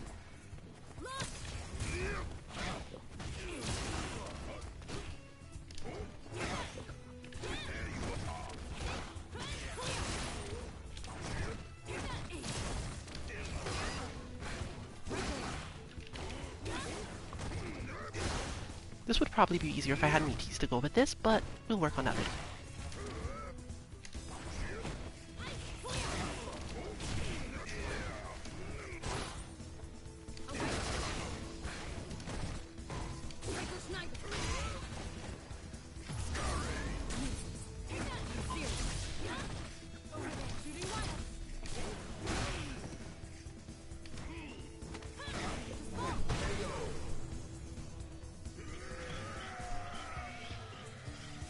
But in the end, it's probably fine if I lose, because I can practice against this character a lot. The key here, therefore, is to make sure that I show our new Falk player basically nearly every situation that could go wrong, even if I don't succeed at every one of them. Round one. Fight.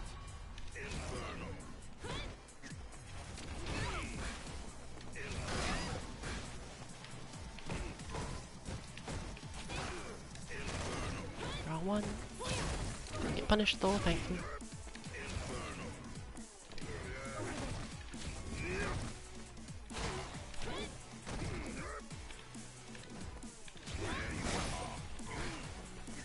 Being able to get out of the corner for free kind of helps. And in fact can really be used seriously in this matchup.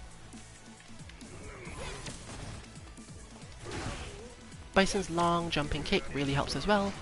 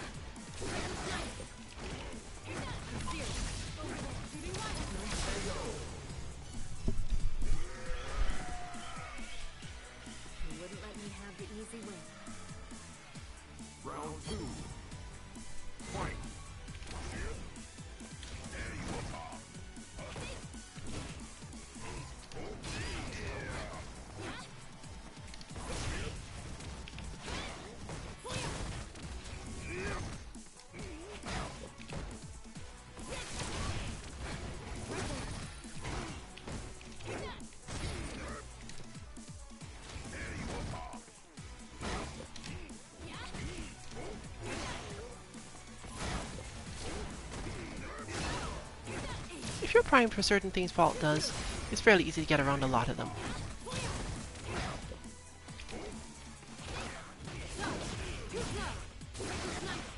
Enough for conversion damage?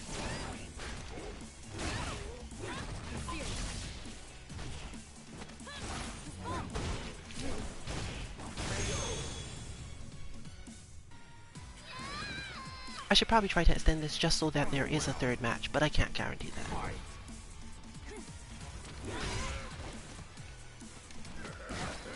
So let's try this style.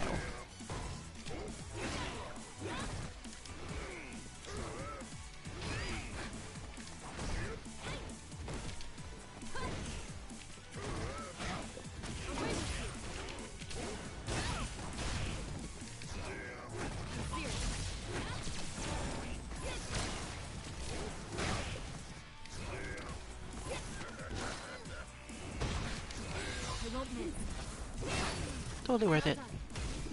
Handle this.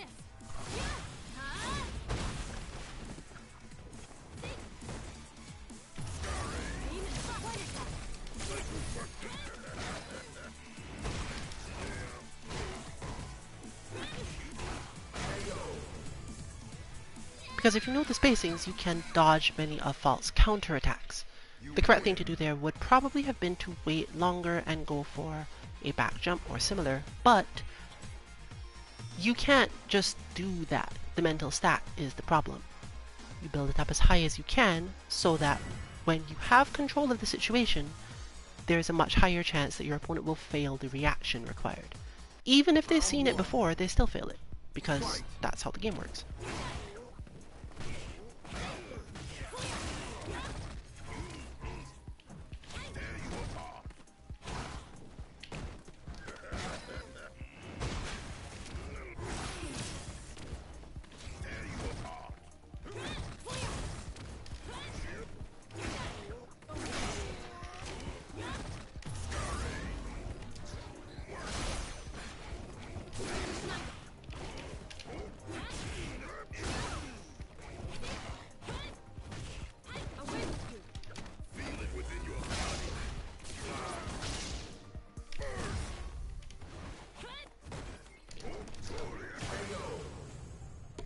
Pressed too early because I was expecting to stomp.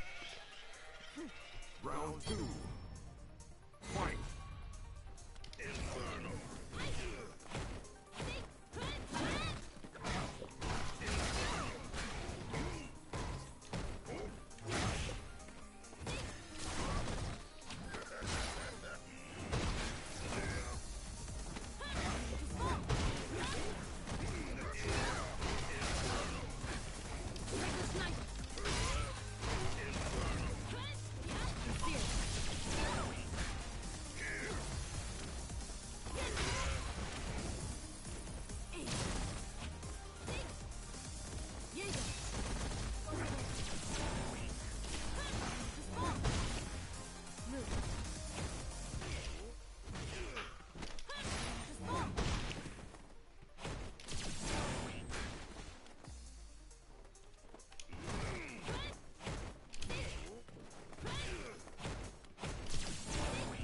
You won't miss.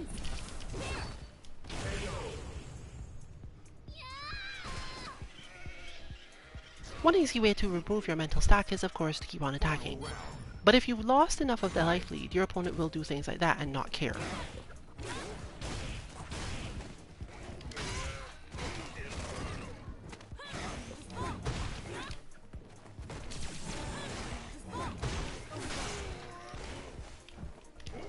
Unfortunately for our Fault player, pure offense does lead to Fault having bigger loops in her defensive positions, which requires more positions where Bison can actually just dash up and throw. Fortunately, there I dropped the anti-air, so I think this is over probably. Yeah.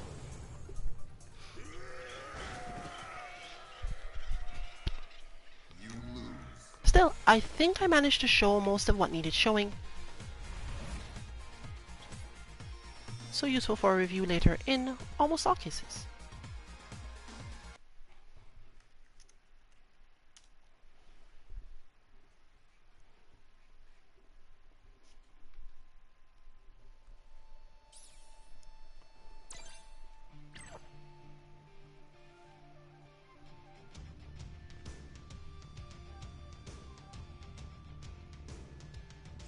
This, therefore, upcoming will be our last on-stream match of the night. But I get the feeling that the lounge is probably going for a while longer. If you want to join it, just search for Rillian in this case. 3 rounds, first to 2, character select is off.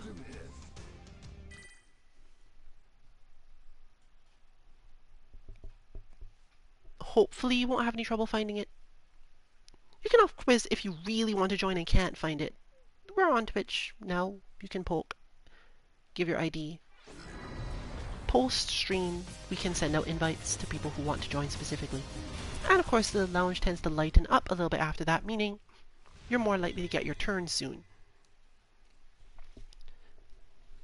Similarly, if you've seen someone on stream, and this is something that we haven't really offered before, but it could come up now, since most people have finished most of their training in terms of understanding why they're losing, our greatest goal in this game.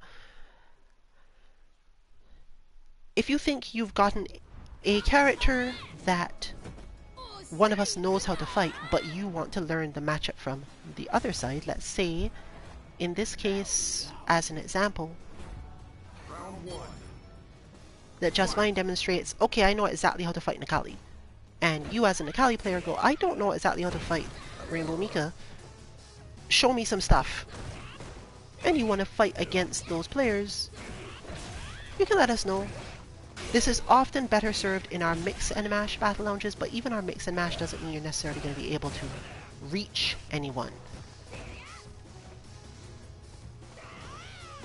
Because, you know, this game still has that problem with not necessarily being able to tell whether or not you're on the same instance as other people, and therefore whether or not they appear in your list for people you can fight.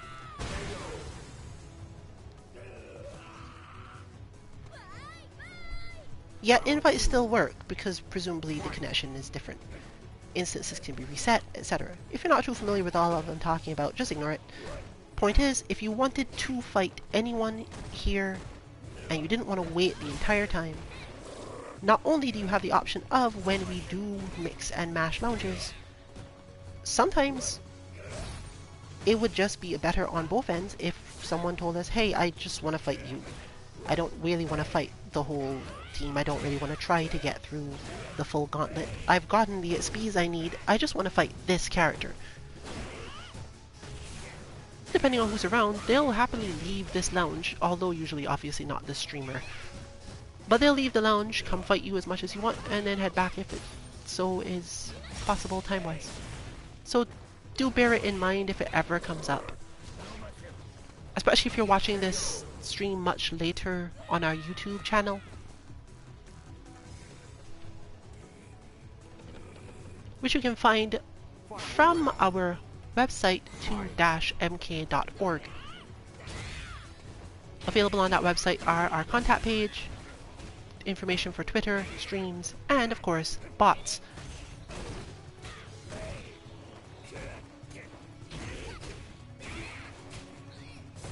We decided not to fill out the fighting game advice page too much because it's hard to tell exactly where to start, and organizing all the data,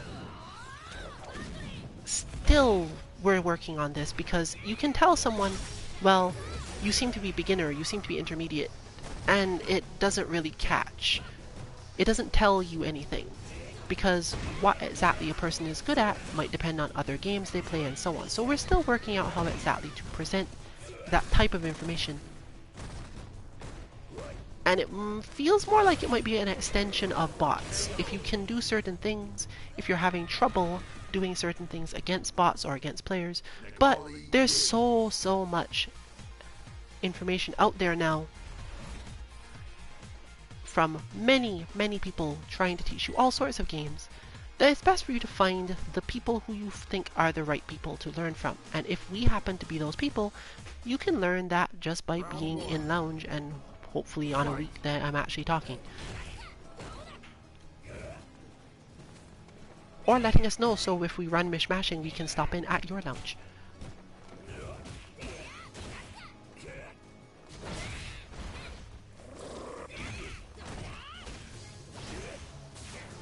But But any questions you have about bots should absolutely be sent to us via the contact page. If it's a short question, you can DM it to our Twitter 2_MK_FGC, which gets checked like once a day, specifically at the moment where we're about to stream.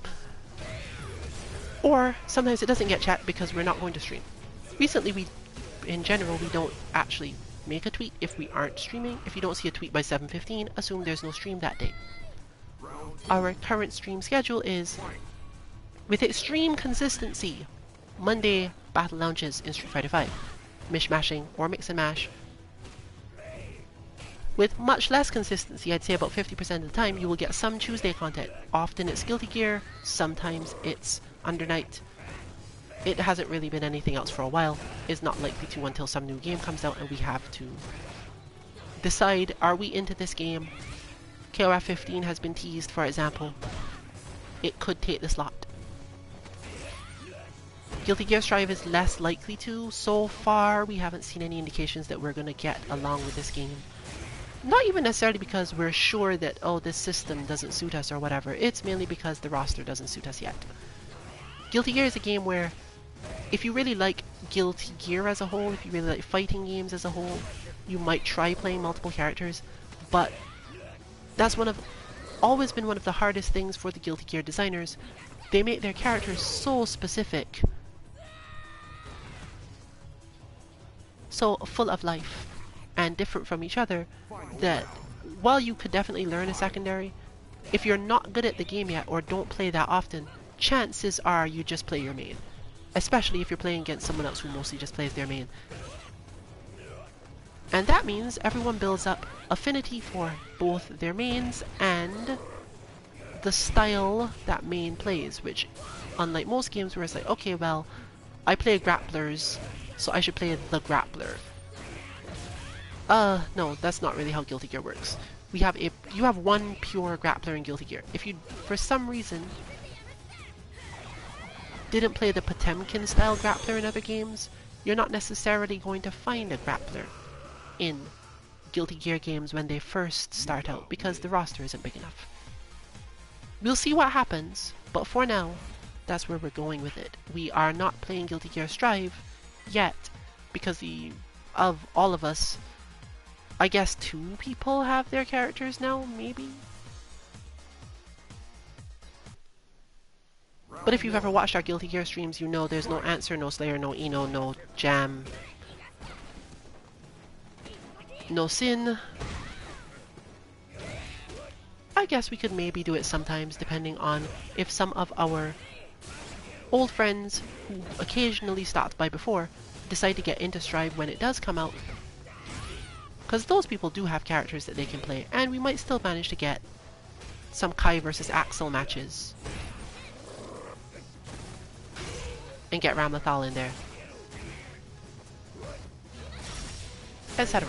So it's not entirely impossible that we will get Strive content, just you wouldn't get full team and it might get a little stale after a bit if the game is designed in the way people have been complaining it will be. But back to the discussion of streams. Wednesdays are usually sandbag casuals, but we haven't had a lot of sandbagging to do recently. Again, people are mostly trained up in the I know what I'm doing, I know why I'm losing. Sandbag casuals can be good for matchups, but that happens often enough in big lounges lately that it's not been necessary for anyone.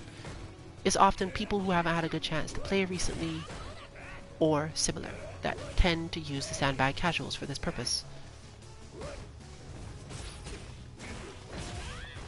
But the game's been out a while, we mostly have the idea of what we want to do, and the question that Sandbag Casuals asks doesn't need to be answered at the moment. So join us on Thursdays for 60 times our Dead or Alive lobby, which we almost always have, and on Fridays for bot content, which in this case next will probably just be Dan. Dan bot is already pre-designed. I can probably get it in and dealt with really quickly. He's not a super complicated character, and bots are not usually built for damage. But that brings us to the end of our stream for the night.